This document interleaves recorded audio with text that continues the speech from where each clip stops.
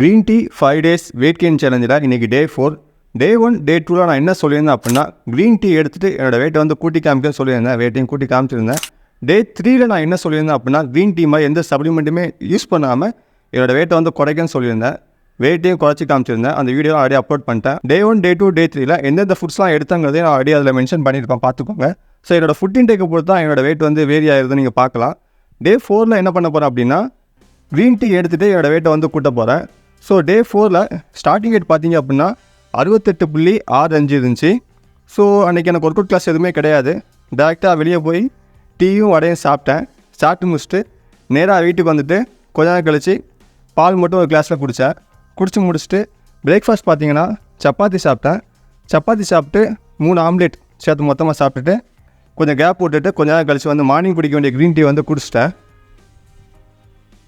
Afternoon பார்த்தீங்கன்னா rice கூட வந்து சோயா சங்க் வச்சு சாப்பிட்ருந்தேன். ஈவினிங் ஸ்நாக்ஸ் பார்த்தீங்க அப்படின்னா 3 செவ்வாழைப்பழம் அதை சாப்பிட்டு முடிச்சு கொஞ்ச நேரம் கழித்து வந்து க்ரீன் டீ குடிச்சிட்டேன். ஸோ நைட்டு ஒரு 7-8 மணிக்கிட்ட வந்து ஒரு பிஸ்கட் பாக்கெட் சாப்பிட்ருந்தேன்.